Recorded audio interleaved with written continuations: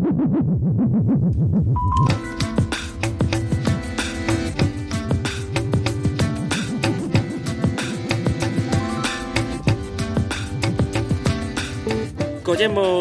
a gravadora portátil do Laboratorio Móvil de Efervesciencia e vímonos pro CITIUS. O CITIUS, que é o Centro Singular de Investigación en Tecnoloxías da Información da Universidade de Santiago. Estamos no despacho do investigador Paulo Gamallo. Moi boas tardes, Paulo. Hola, boas tardes. Paulo Gamallo é lingüista computacional. El é de formación filólogo, de traballar coas palabras, pero agora traballa coas palabras como se fosen datos, analizando, intentando facer unha cousa que semella máxica, que é que as máquinas comprendan. Sí, efectivamente. Bueno, o principal obxectivo da nosa pesquisa é justamente, desde o meu punto de vista, tentar que as máquinas sexan intelixentes e que teñan a mesma inteligencia que un ser humano a hora de comprender o texto, non?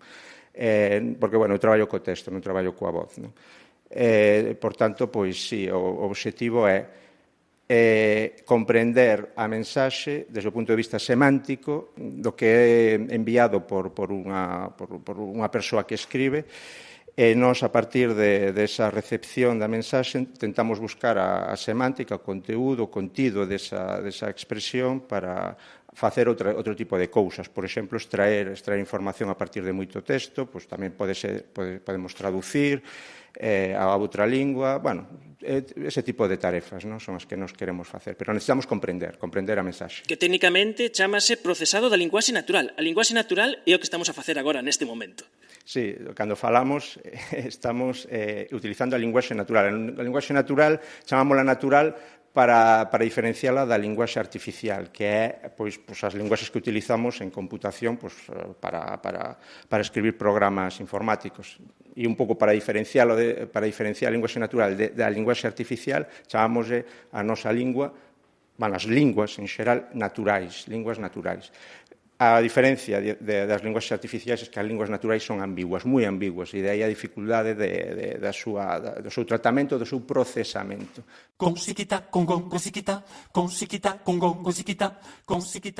Estamos cubrindo a rolda de prensa do eminente etnolingüista Vicentini, que está a comunicar os seus importantes achados. Escoitamos. Podo concluir categóricamente que hai idiomas, como o inglés, onde unha dobre negación é unha afirmación, pero que non existe ningunha lingua no mundo onde dúas afirmacións impliquen unha negación. Sí. Efervesciencia. Tan fundamental como ter datos correctos É saber interpretalos.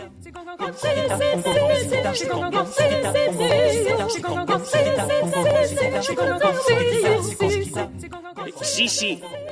Para entender o que significa sí, hai que saber moito, porque cando dis sí con ironía estás dicindo no.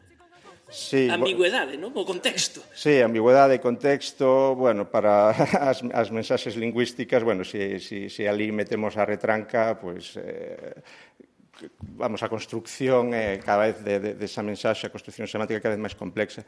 Hai tamén algo interesante nestas cousas, da dobre negación, se a dobre negación é positivo, é algo positivo ou viceversa, se existe ou non existe pois a dobre afirmación. Detrás diso tamén hai cuestións de universais lingüísticos, é dicir, hai algunha lingua que faga algo que non fan as outras, non? Por exemplo, hai unha discusión xa antiga con Noam Chomsky que dicía que as linguas todas teñen recursividade. A recursividade é un procedimento sintáctico moi habitual nas linguas, e, por exemplo, cando temos unha subordinada, estamos falando de recursividade, non?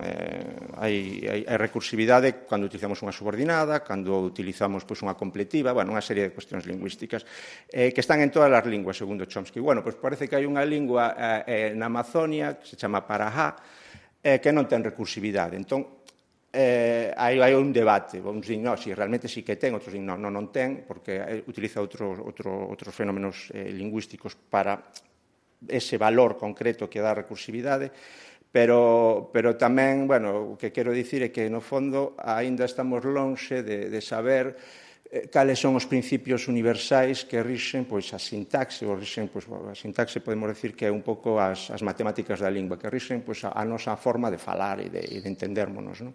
Claro, porque unha máquina pode entender a retranca. Ese sería un bo test para saber se unha máquina entende o que estamos a dicir. Non hai. Hai estudios, hai estudios sobre extracción de ironía, non? E hainos, pero, bueno, están ainda moi lonxe de establecer cales son os fundamentos da retranca, non? Pues estamos moi lonxe. É dicir, se aínda non sabemos como construímos o significado básico, por exemplo, lembrome que o meu director de tese, que era matemático, dicíame un coche vermello, non? Coche vermello. Semánticamente, que está detrás diso? Si conseguimos saber o que está detrás da semántica da palabra, da combinación entre coche e vermello, podemos, a partir de aí, comezar a construir cousas máis complexas. Pero el quería ir ao básico. Cousa que agora está moi... Non está nada de moda todo isto, porque agora a moda é utilizar moitos datos e facer forza bruta, non? Este é o modelo de Google, porque cando vemos as cousas que pode facer Google que fai maravillas, realmente Google, a ventaxa que ten é que ten moitos datos, comparando eses datos, pode xerar un certo coñecemento e nos dá a impresión de que, por exemplo, Google traduce. Como traduce Google? Sí, moi ben. Google basease precisamente niso, na forza bruta e moi pouca lingüística. E non só fai Google, é máis ou menos a tendencia actual. Para traducir concretamente, no caso dun traductor automático, o de Google, por exemplo, como mesmo un novo agora que está saindo que utiliza a tecnoloxía de Lingui que se chama DeepL, que está moi de moda agora porque parece ser que funciona mellor que o de Google, pero os dous funcionan no mesmo xeito. Necesitan corpus paralelos. Corpus paralelos son traduccións, textos traducidos por humanos. Unha colección enorme de traduccións é o que utilizan para aprender un modelo de lingua e un modelo de transferencia. É dicir, aprenden que un segmento da lingua A se traduce por un segmento da lingua B. E todo iso é o que, canto máis datos dese tipo teñan, mellor é a traducción. Pero, claro, iso, desde o punto de vista da inteligencia artificial, desde o meu punto de vista, non é inteligencia artificial. Inteligencia artificial é imitar como nos entendemos e como nos aprendemos unha lingua. E iso non se fai así. Nos aprendemos unha lingua en inmersión. Non aprendemos unha lingua traducindo todo o momento. Temos fluidez nunha lingua cando xa é nosa. Efectivamente, cando xa é nosa, e como adquirimos ese coñecemento? Adquirímolo en inmersión. O sea, non se eu si quero falar ben, non teño por que ir a Inglaterra para falar inglés ou ir a Cataluña para falar catalán, podo aprendelo aquí, pero normalmente é utilizando non traduccións. Tamén axudan, non? Pero como moito utilizo un diccionario, pero é mergullándome en unha conversa nesa lingua. De feito, agora, teño un proxecto de investigación que financia a Fundación BBVA desde hai un ano, que tento investigar un pouco sobre como facer outro tipo de estrategia para a traducción automática, baseándome en coleccións de textos monolingües nas dúas linguas que quero traducir, nas linguas que quero traducir. É dicir, se eu quero traducir do castelán ou do galego para o inglés, pois collo moitos textos en galego, moitos textos en inglés, pero que non son traduccións uns dos outros, e a partir de aí tento buscar con algunha lingüística mecanismos de transferencia entre as dúas linguas, pero non a partir de corpus paralelos, non a partir de traduccións. É un pouco unha das investigacións que estou a levar a cabo. Gústame cando fala Paulo que cando está explicando todo este tema dos corpus paralelos e non paralelos, el colle as mans e fai acenos e nos pon un corpo nunha man, outro noutra, os correlaciona e os move para un lado ou para outro. Pura expresividade para ser un lingüista. ¿Me estás leyendo? ¿Lees lo que te ordeno, Hal? Desde luego, Dave. Le estoy leyendo. Pues abre la puerta de la cámara. Lo siento, Dave. Eso no me es posible. ¿Qué te lo impide? Usted sabe tan bien como yo qué es lo que me lo impide. ¿De qué estás hablando, Hal? Quiero demasiado esta máquina para permitir que usted la ponga en peligro. Moi boas tardes, aboa. Hola, boas tardes. Boas tardes, Pablo. Boas tardes. Bueno, lembraste do malo de 2001 Odisea do Espazo, non? HAL. As súas iniciais son HAL, que son as letras que no alfabeto preceden a IBM. Canto de lonxe estamos de HAL? Pois eu creo que estamos moi afastados. Moi boa pregunta, pero moi afastados, sí. Acabo de respirar un pouquinho. Pois sí. Eu non son capaz de predicir o futuro, pero tal como vamos, nós neste momento hai moita forza bruta na computación lingüística. Sí, porque HAL era bastante sutil e bastante cabrón. Era tan cabrón que era moi inteligente. Unha boa definición. E falábamos de Google, da cantidad de datos que ten, e vos tedes unha chea de aplicacións lingüísticas que están disponibles na rede. De feito, algunhas foron o resultado dunha spin-off, dunha empresa Celenis que quedou aí de algún xeito parada, aparcada, pero que sigue tendo unha chea de visitas e de xente que utiliza. Esas ferramentas, a min hai unha que me costou entender, pero que me parece fascinante, que se chama o explorador diacrónico, no que se pode atopar unha información moi curiosa de ver como os contextos de usos das palabras van evolucionando no tempo. Nós podemos buscar unha palabra, calquera palabra, neste caso utilizamos o español, porque, bueno, tiñamos máis datos para español, que nos deu precisamente Google, eses datos, e podemos buscar con que se relaciona semánticamente en cada ano desde 1900 até 2007, que son o período de tempo sobre o cal traballamos. Por exemplo, unha palabra como cancro, cáncer, en español, pois relacionábase a principios do século XX con tuberculose, con sífilis, é dicir, con outras enfermedades. De feito, eu non sabía que cáncer era unha palabra bastante usada nesa altura, pero, bueno, tiña este relacionamento. Hoxe en día, evidentemente, xa non se relaciona con esas enfermedades, sino con tumor, carcinoma, bueno, con palabras máis técnicas, non? Quer dicir que hai unha mudanza no significado de cáncer, por lo menos na maneira como se relaciona con outras palabras, porque agora, cando falamos de cáncer, non nos relacionamos con enfermedades de principios do século XX, sino con outras técnicas actuais e métodos de tamén, bueno, porque coñecémolo mellor, pois o tipo de tumores que están asociados e probablemente o tipo de terapias relacionadas. Eso é un tipo de mudanza semántica, podemos decir, ligado ao coñecemento que a tecnoloxía nos dá dese obxecto, neste caso o cáncer. Porque Google, neste caso, rastresa millóns de libros, que é esa base de datos, pero realmente vos non accededes á base de datos dos libros de Google, senón accededes como a un esquema de relación desas palabras. Sí, accedemos, é un proxecto de Google. Google o que fixo nun proxecto que se chama Google Books foi escanear millóns de libros, millóns e millóns, en diferentes linguas. Entón, nos accedimos, e despois dese escaneo, que xa están digitalizados, Google o que fixo foi extrair enegramas, é dicir, combinacións de palabras que aparecen neses libros. E saber cales son as combinaciones que máis probables, ¿no? Que despois desta palabra normalmente aparece esta outra, por exemplo. O que fixeron foi simplemente coller todas as combinacións. Despois e deixaron iso libre. Esa información é libre. Nos podemos, son miles e miles de ficheiros que hai libres, disponibles. Nos collemos aqueles que estaban disponibles para o español. Traballamos precisamente con esas combinacións de palabras para buscar aquelas que son máis comuns e máis frecuentes, e a partir de aí buscamos a semántica distribucional das palabras, é dicir, que unha palabra relaciónase con outra palabra semánticamente se aparece en contextos parecidos.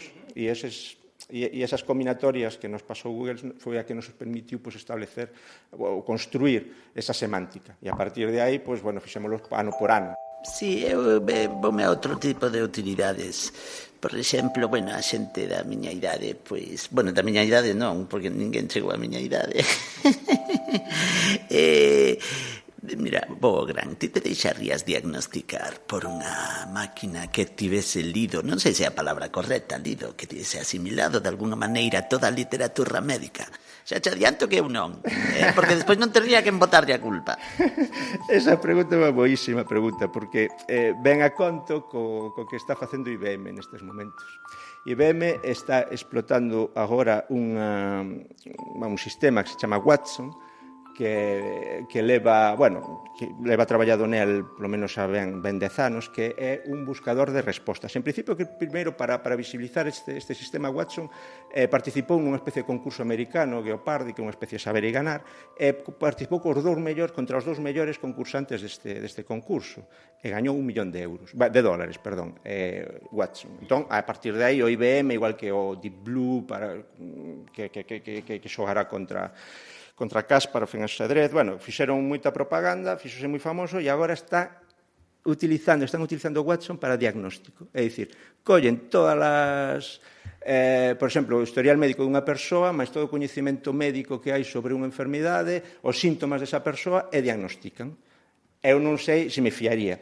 De feito, están agora, polo que teño lido en algúns blogs tecnolóxicos, están tendo problemas en Watson porque parece ser que non teñen a precisión esperada. Este sistema necesitaría ter moita máis precisión, porque estamos falando de algo moi serio, como día. Claro.